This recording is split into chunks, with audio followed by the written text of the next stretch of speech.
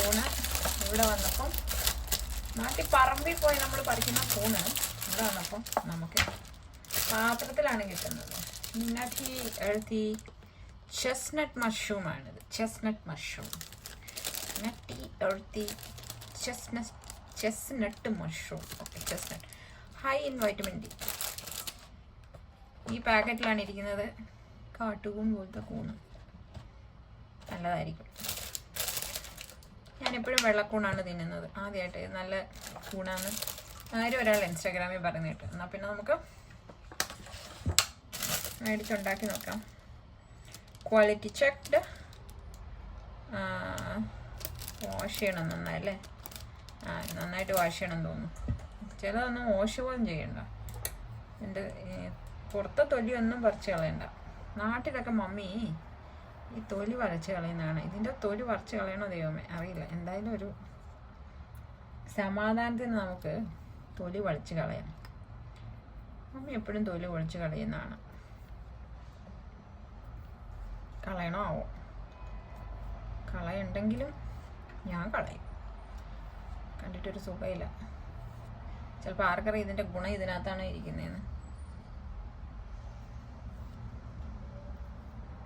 കളയുണ്ടെന്നാണ് എനിക്ക് തോന്നുന്നത് കേട്ടോ.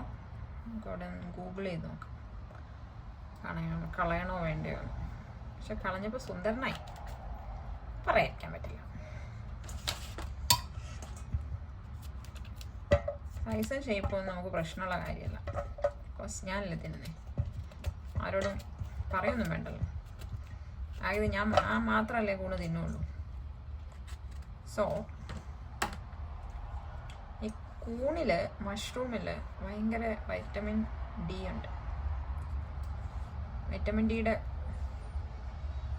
ഒരു വലിയ സങ്കേതം തന്നെയാണിത്. നന്നായിട്ട് കഴുകി എടുക്കണം. പക്ഷെ വെള്ളത്തിലേക്ക് അരിയാം.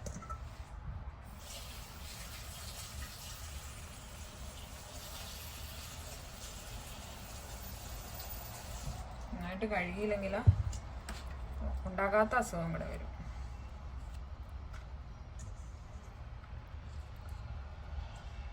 ജസ്റ്റ് തോരൻ, തേങ്ങായിട്ട കൂണ് കറി, അതാണ് നമ്മുടെ ഉദ്ദേശം. ജസ്റ്റ് തോരൻ, മുളക്, പച്ചമുളക്, തേങ്ങ ആദ്യമായവ ഇട്ട് കൂൺ തോരൻ. നോമ്പിൻ്റെ സമയത്ത് നോൺ വെജ് ഇല്ല എന്നല്ല, നോൺ വെജിനോട് വലിയ ആഗ്രഹമൊന്നും ഇല്ലല്ലോ നോമ്പിൽ. നമുക്ക് ഓട്ടോമാറ്റിക്കായിട്ട് ആഗ്രഹമൊക്കെ പോകും. അതങ്ങനെയാണ് നോമ്പിൻ്റെ ഒരു പ്രത്യേകത എന്ന് പറഞ്ഞാൽ. നോമ്പിൻ്റെ സമയത്ത് മനസ്സിൽ നമ്മൾ നോമ്പെടുക്കുകയാണെങ്കിൽ സത്യമായിട്ട് നമുക്ക് നോൺ വെജ് തിന്നാൻ തോന്നില്ല. ഞാൻ ഭയങ്കര നോൺ വെജ് ഇഷ്ടമുള്ള ഒരാളാണ്. എന്നാൽ പോലും ഞാൻ നോൺ വെജ് കുക്ക് ചെയ്യുന്നുണ്ട് ഇപ്പോഴും. പക്ഷെ ഇപ്പം തിന്നാൻ തോന്നുന്നു. ഈ മഷ്റൂം ശരിക്കും നോൺ വെജ് പോലെ തന്നെയാണ്. നോൺ വെജിൻ്റെ ഒരു അതേ ടേസ്റ്റാണ് മഷ്റൂമിന്, കൂണിന്.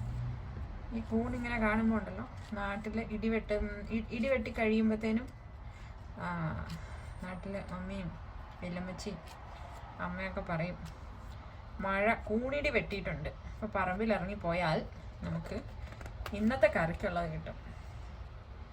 അങ്ങനെയാണല്ലോ, കറി വെക്കുന്ന ഒരു വലിയ സംഭവമാണ്. അതെന്നാന്ന് എനിക്ക് അന്ന് മനസ്സിലായില്ലായിരുന്നു. കറി വെക്കുന്ന ഒരു വലിയ സംഭവമാണ്. കറിക്ക് സാധനങ്ങൾ ഉണ്ടാക്കണം. കറിക്ക് സാധനങ്ങൾ ഉണ്ടായാൽ മാത്രമാണ് അന്നത്തെ ദിവസം കഴിഞ്ഞവൻ ഈ കറിക്കുള്ള സാധനങ്ങൾ ഉണ്ടാക്കുന്നത്. അപ്പോൾ മഴയൊക്കെ വെട്ടിക്കഴിഞ്ഞാൽ പിന്നെ കുശാലല്ലേ, ഒരുപാട് കൂൺ കിട്ടും. അതെങ്ങനെയാണ് അപ്പച്ചായി പറിച്ചിട്ട് വരിക? മുറത്തിനകത്ത്. ആ മുറക്ക് ഇപ്പോഴുണ്ടോ? ആ മെഴുകിയ മുറം, ചാണകം കൊണ്ട് മെഴുകിയിട്ടുള്ളൊരു മുറം ഇല്ലേ, അതിനകത്താണ് പറക്കിക്കൊണ്ട് വരുന്നത്.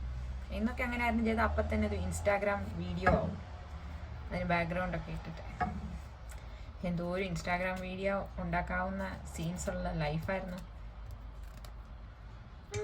ഉണ്ടാക്കാൻ പറ്റുന്ന സമയത്ത് നമ്മൾ ഈ തണുപ്പത്ത് ഇവിടെ നിന്നിട്ട് അങ്ങനത്തെ മെമ്മറീസൊക്കെ ആരെങ്കിലും ചെയ്യുന്നത് കാണുകയാണ് ഇരുന്നിട്ട്.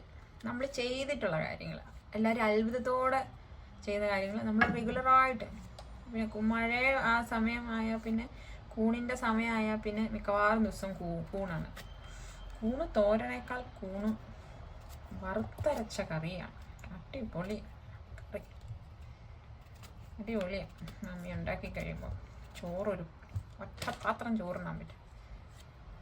ഇപ്പോഴാണ് ബാസ്മതി റൈസൊക്കെ ഗ്ലൈസീമിക് ഇൻഡെക്സ് എന്നൊക്കെ പറഞ്ഞ് ഓക്കെ. കുത്തരിയുടെ ചോറും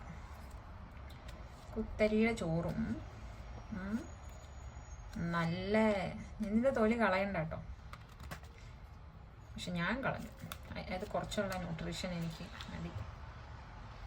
ഭയങ്കര പേടിയാവുന്നു കണ്ടിട്ട്. ഓക്കെ, നമുക്കിന്നെ സൂപ്പറായിട്ട് കഴിയാം.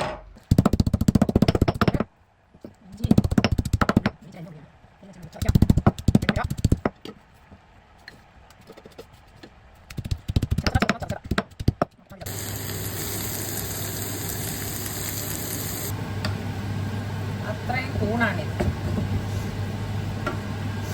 കൂണ് കറി റെഡി. കൂണ് കറിയില്ല, കൂണ് തോരൻ റെഡി.